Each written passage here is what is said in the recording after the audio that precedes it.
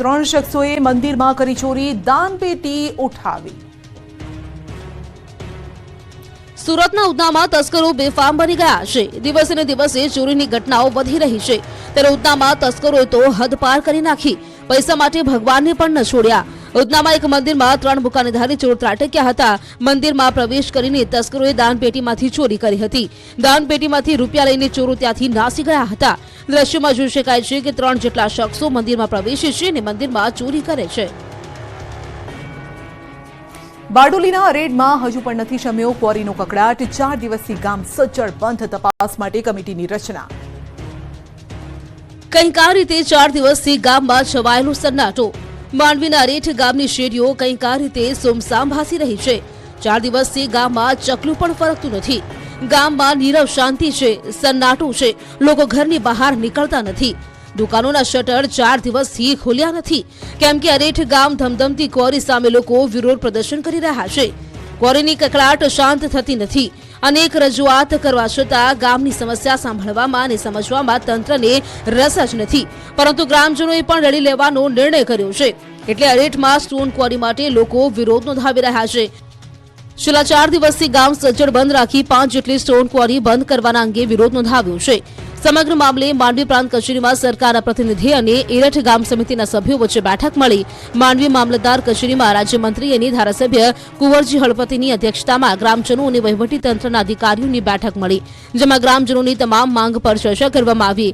રાજ્યમંત્રીએ બંને પક્ષ સાથે બેઠક કર્યા બાદ તપાસ કમિટીની રચના કરી છે, જેમાં રાજ્યમંત્રી કુંવરજી હળપતિ, સ્થાનિક પ્રાંત અધિકારી, પોલીસ વિભાગ અને ડીએલઆર વિભાગના અધિકારી મળી 4 સભ્યો હશે, જો બંને પક્ષને સાથે રાખી તપાસ કરશે અને 15 દિવસમાં રિપોર્ટ તૈયાર કરશે।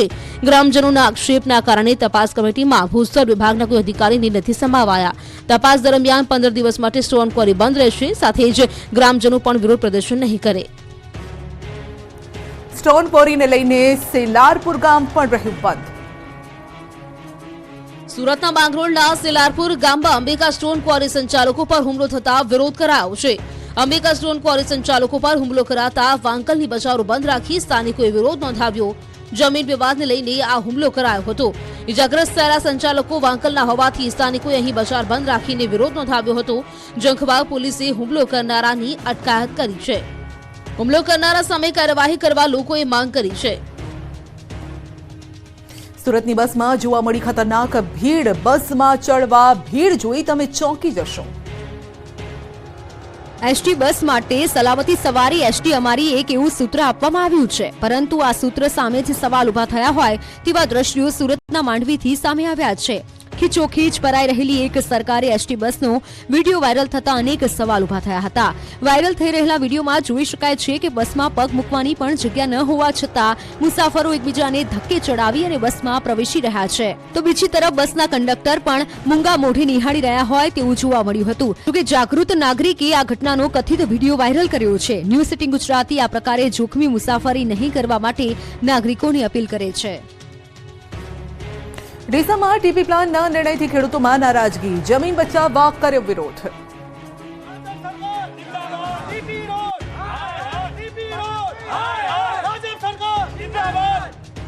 બનાસકાંઠાના ખેડૂતોના વિરોધ, આક્રોશ અને ગુસ્સાનું કારણ છે તંત્ર। બનાસકાંઠાના વેપારી મથક ડીસામાં પાલિકાના ટીપી પ્લાનના નિર્ણયથી ખેડૂતોમાં નારાજગી જોવા મળી છે। 13 ફેબ્રુઆરીએ યોજાનારી પાલિકાની સાધારણ સભામાં ટીપી પ્લાનને મંજૂરી મળે તેવી ચર્ચા વહેતી થઈ છે। અગાઉ 2016માં ટીપી પ્લાન મંજૂર કરવાની તૈયારી કરાઈ હતી। ખેડૂતોએ વિરોધ નોંધાવતા તે સ્કીમ રદ થઈ હતી। ત્યારબાદ ફરી એકવાર ટીપી પ્લાન મંજૂર થાય તેવી ચર્ચાઓએ જોર પકડતા ખેડૂતો રોષે ભરાયા। ટીપી પ્લાનના કારણે અનેક ખેડૂતોની જમીન જવાના કારણે ખેડૂતો આ પ્લાનનો વિરોધ કરી રહ્યા છે। આ ટીપી સ્કીમમાં અનેક નાના ખેડૂતોનો મરો થાય તેવી સ્થિતિ છે। જો કે ધારાસભ્ય પોતાના અંગત ફાયદા માટે ટીપી સ્કીમ લાવતા હોવાના પણ ખેડૂતોએ ગંભીર આક્ષેપ કર્યા। જો ટીપી પ્લાન રદ નહીં કરાય તો ઉગ્ર આંદોલન કરવાની ખેડૂતોએ ચીમકી ઉચ્ચારી છે। સુરતમાં તંત્રના પાપે હજારો વીઘા જમીન પાણીમાં થઈ ગરકાવ। આ બરબાદીના દ્રશ્યનું કારણ છે બેદરકારી। આ પાણીની રેલમછેલ અને ખેતરોના ખેદાન મેદાન માટે જવાબદાર છે સુરત મહાનગરપાલિકાના સત્તાધીશો. સુરત મહાનગરપાલિકાની બેદરકારીને કારણે સુરત પાસેના ખેતરોમાં ઉભો પાક તબાહ થઈ ગયો. સુરત મહાનગરપાલિકાની સિંચાઈ વિભાગે જાણ કર્યા વગર લાઈનનું ખોદકામ કર્યું. નહેરનું પાણી બંધ કરાવી કામકાજ કરી દેતા ખેડૂતોની મુશ્કેલી વધી ગઈ. પહેલા તો પાણી વગર ખેડૂતોની હાલત કફોડી થઈ ગઈ. હાલ ખેતરોમાં પાક માટે પાણીની જરૂરિયાત છે ત્યારે જ નહેર બંધ કરી દેતા મુશ્કેલી વધી. ઉપરથી નહેરમાં ગાબડું પડી જતા પાણીની રેલમછેલ થઈ. નહેર પાણીથી ભરાઈ ગઈ ત્યારે ખેડૂતોએ એકત્ર થઈને વિરોધ પ્રદર્શન કર્યું. થરાદના પશુપાલકો પર અદ્રશ્ય ખતરો આવતા ચિંતા. એક ગામમાં 500 પશુના થડાથડ મોતથી ગામમાં ગમગીની. બનાસકાંઠાના ખેડૂતોની માઠી દશા બેઠી હોય તેમ એક પછી એક આફત આવી જ રહી છે.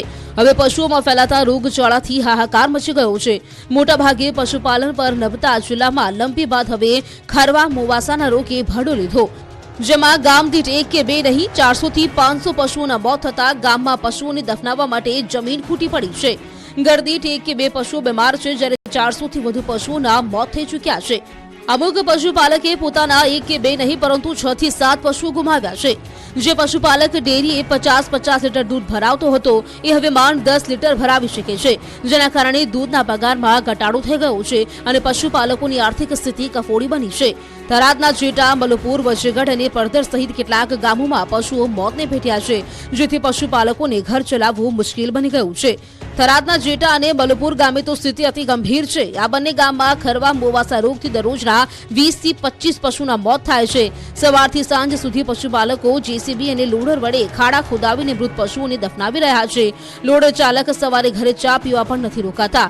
જમવા જવાનો પણ ટાઈમ નથી મળતો. અત્યાર સુધી લગભગ 500 થી વધુ પશુઓ દફનાવ્યા હશે. છેલ્લા 1 મહિનાથી અહીં ખરવા મોવાસા નામનો રોગ ફાટી નીકળ્યો છે, જે કાબુમાં જ નથી આવતો. વલસાડમાં ચાલુ શાળાએ શિક્ષકો ક્રિકેટ રમવા માટે ઉપડી ગયા.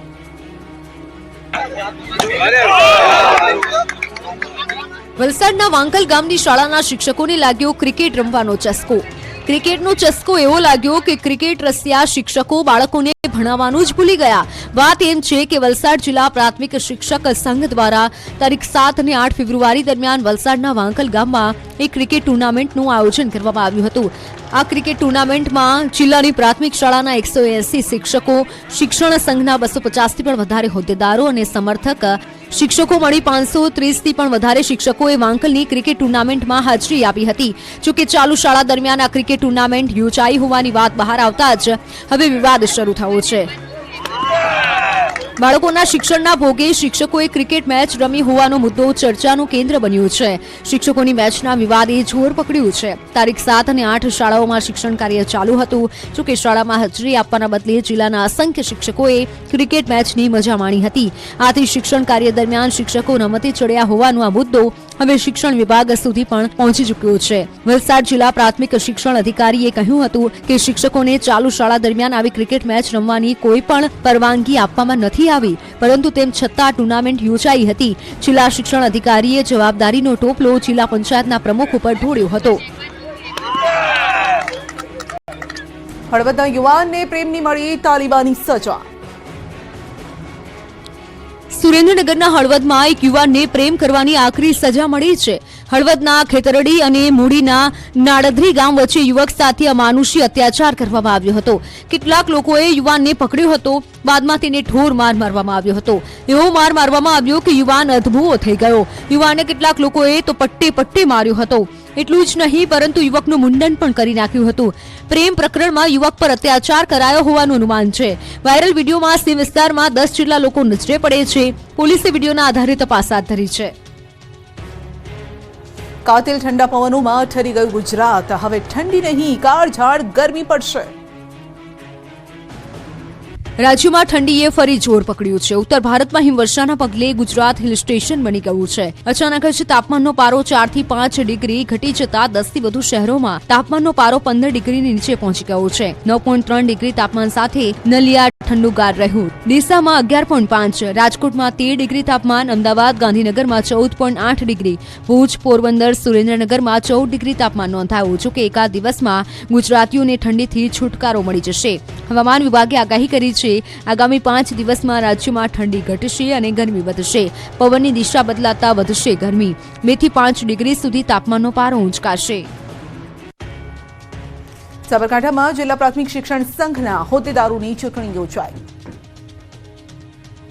સાબરકાંઠામાં જિલ્લા પ્રાથમિક શિક્ષણ સંઘના હોદ્દેદારોની ચૂંટણી યોજાઈ. સાંજે 6 વાગ્યા સુધી થયેલા મતદાનમાં મતદાન કરવા માટે લાઈનો લાગી હતી. જિલ્લાની અલગ અલગ પ્રાથમિક શાળાઓમાં ફરજ બજાવતા 6000થી વધારે શિક્ષકોએ મતદાન કર્યું હતું. અલગ અલગ મતદાન મથકો પર મતદાન થયું. શાંતિપૂર્ણ માહોલ વચ્ચે શિક્ષકોએ મતદાન કર્યું. અલગ અલગ હોદ્દાઓ માટે મતદાન યોજાયું, જેમાં પ્રાંતિજ, હિંમતનગર, વડાલી, વિજયનગર, પોશીના તાલુકાના સંગઠનના હોદ્દેદારો માટે ઉમેદવારો બિનહરીફ થઈ ચૂક્યા છે. જોકે ઈડર, ખેડ, બ્રહ્મા, તલોદ તાલુકાના હોદ્દાઓ માટે ચૂંટણી યોજાઈ. સાબરકાંઠા જિલ્લાના ટોટલ 15 બૂથ પર મતદાન થયું. તમામ બૂથ પરથી મતપેટીઓ હિંમતનગર ખાતે આવી અને આવતીકાલે મતગણતરી હાથ ધરવામાં આવશે. લોકસભાની ચૂંટણી પહેલા અમરેલીમાં કોંગ્રેસનો સ્નેહ સંવાદ કાર્યક્રમ યોજાયો. અમરેલીના સાવરકુંડલામાં કોંગ્રેસના સ્નેહ સંવાદ કાર્યક્રમનું આયોજન કરાયું હતું. લોકસભાની ચૂંટણીને લઈને આયોજન અર્થે આ સ્નેહ સંવાદ કાર્યક્રમનું આયોજન કરાયું હતું. કાર્યક્રમમાં પ્રતાપ દુધાતે દારૂ જુગાર સહિતના મુદ્દાને લઈને પોલીસની કામગીરી પર પણ સવાલ ઉઠાવ્યા હતા. આ ઉપરાંત જલારામ બાપા વિરુદ્ધ કરાયેલી ટિપ્પણી અંગે પણ પ્રતાપ દુધાતે નિંદા કરી હતી. આ પ્રસંગે પૂર્વ ધારાસભ્ય, અમરેલી જિલ્લાના કોંગ્રેસ પ્રમુખ પ્રતાપ દુધાત, ભાવનગર પ્રભારી સંજયસિંહ સરવૈયા કાર્યક્રમમાં ઉપસ્થિત રહ્યા હતા. તે ઉપરાંત કાર્યક્રમમાં સાવરકુંડલા લીલિયા વિસ્તારના કોંગ્રેસના કાર્યકરો પણ ઉપસ્થિત રહ્યા હતા. પોરબંદર પોર્ટથી સિંગદાણા અને હળદરની નિકાસ દુબઈ માટે જહાજ રવાના. ગુજરાતમાંથી કોમોડિટીની નિકાસ મોટા પાયે અનેક દેશોમાં થાય છે, પરંતુ ચાલુ સપ્તાહે પોરબંદર પોર્ટથી 1000 ટન સિંગદાણા અને 200 ટન હળદર લઈ જહાજ દુબઈ માટે નિકાસ થવા રવાના થયું છે. ઓવરસીઝ દ્વારા નિકાસ કરવામાં આવી હતી. DSN એગ્રી બ્રોકર્સ નીરજ જઠિયાના કહેવા પ્રમાણે ગુજરાતમાંથી ઇન્ટિનિયર મારફતે નિકાસ કરવામાં આવે તો ખર્ચ વધે છે. 17 થી 18 દિવસ લાગે છે, જેની તુલનાએ જહાજ મારફતે નિકાસ થવાથી 7 દિવસમાં માલ પહોંચી જાય છે. 10 થી 12 નાના વહાણો વિદેશ મોકલાઈ ગયા છે. હજુ 4 થી 5 વહાણો જશે. નવી એસટી બસો ફાળવવાની મોટી વાતો થાય છે, પરંતુ છોટાઉદેપુરના ક્વાંટમાં બસ વગર મુસાફરો રઝળી રહ્યા છે. ચકાચક એસટી બસ સ્ટેન્ડ છે. બસમાં બેસવા માટે મુસાફર પણ છે, પરંતુ નથી બેસવા માટે એસટી બસ. તંત્રએ મોટા ઉપાડે જનતાના પૈસે કરોડો રૂપિયાના ખર્ચે ક્વાંટમાં બસ સ્ટેન્ડ તો બનાવી દીધું, પરંતુ મુસાફરો માટે બસની ફાળવણી કરવાનું જ ભૂલી ગયા. એટલે ગુજરાતના છેવાડે આવેલું છોટાઉદેપુર જિલ્લાનું ક્વાંટ ગામના લોકો બસ વગર રઝળી રહ્યા છે. નવું બસ સ્ટેન્ડ મળ્યું હોવા છતાં સ્થાનિકો હાલાકી ભોગવી રહ્યા છે. ઉપરાંત બસ સ્ટેન્ડમાં બેસવાની સુવિધા પણ નથી. શિયાળો હોય, ઉનાળો હોય કે ચોમાસું, મુસાફરોને બસ સ્ટેશનના ફ્લોર પર ખુલ્લામાં બેસવું પડે છે.